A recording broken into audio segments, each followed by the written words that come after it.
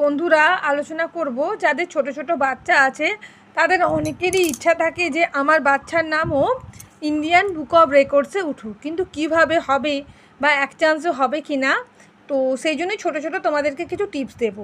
তো প্রথমে তোমরা যেটা করবে, মানে ইন্ডিয়ান বুক অফ রেকর্ডসের নাম তুলতে গেলে প্রথমে ওরা যেটা চায় মিনিমাম 20টা টপিক্সের ওপর বাচ্চা কতটা বলতে পারছে সেটা ওরা প্রথমে দেখে, তারপর ওরা পরের স্টেপে যায়। তো যেটা প্রথমে তোমরা করবে, বাচ্চাকে ছোট ছোট টপিক করে শেখাবে। এবার দেখবে বাচ্চা কতটা মনে রাখতে পারছে। যেমন ধরো আমার মেয়ে এখানে দেখো লেখা আছে 22টা কালার্স। তো 22টা কালার্স আমি প্রথমে একসঙ্গে লিখে টানা ওকে প্র্যাকটিস করাই। তারপরে ধরো রাজধানী, সেখানে মনে হয় 40টা রাজধানী, বিভিন্ন রাইম, দেখো 190টা জিকে।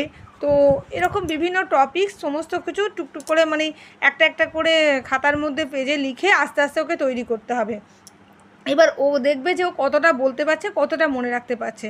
যখন দেখবে মিনিমাম এরকমভাবে 20টা শেখালে, যেমন কালার্স মনে করো 22টা 24টা কালার, সেটা একটা টপিক হলো। রাজধানী 40টা বলতে পারছে, সেটা একটা টপিক হলো। তো এরকমভাবে টুকটুক করে ওকে তৈরি করতে হবে। তো তোমাকেও প্রচণ্ড খাটতে হবে, মানে মা না খাটলে তো হয় না। তো বুঝতেই পারছো এরকম একটা অ্যাচিভমেন্ট পেতে গেলে অনেকটাই খাটতে হয়।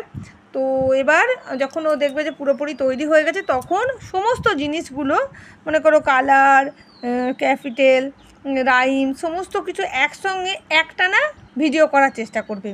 এবার একটানা ভিডিও করলে কি হয়, ওরা সেটা তারপরে তোমরা সাইবার ক্যাফে গিয়ে অ্যাপ্লিকেশান করবে।